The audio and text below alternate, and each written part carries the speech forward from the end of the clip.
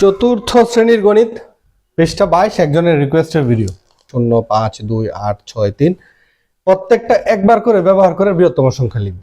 Simple, সবার বড়টা প্রথমে লিখব, তারপরে বড়টা লিখব, তারপরে বড়টা লিখব, তারপরে বড়টা লিখব, তারপরে বড়টা, সব শেষে এটা শেষ বৃহত্তম সংখ্যা।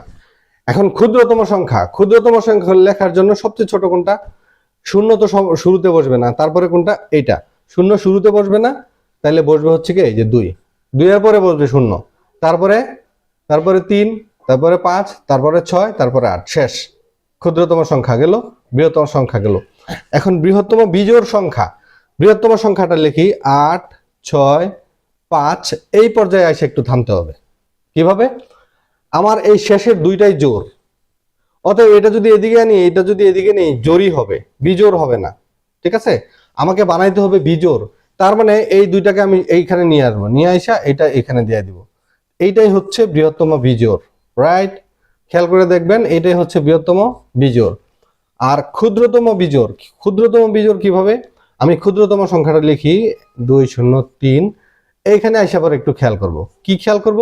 শেষের দুইটাই আছে জোড়, তার মানে শেষের দুইটা যদি উল্টাপাল্টা করি বিজোড় হয় না। বিজোড় করতে হলে আমাকে কি করতে হবে? এইটা নিতে হবে পিছনে।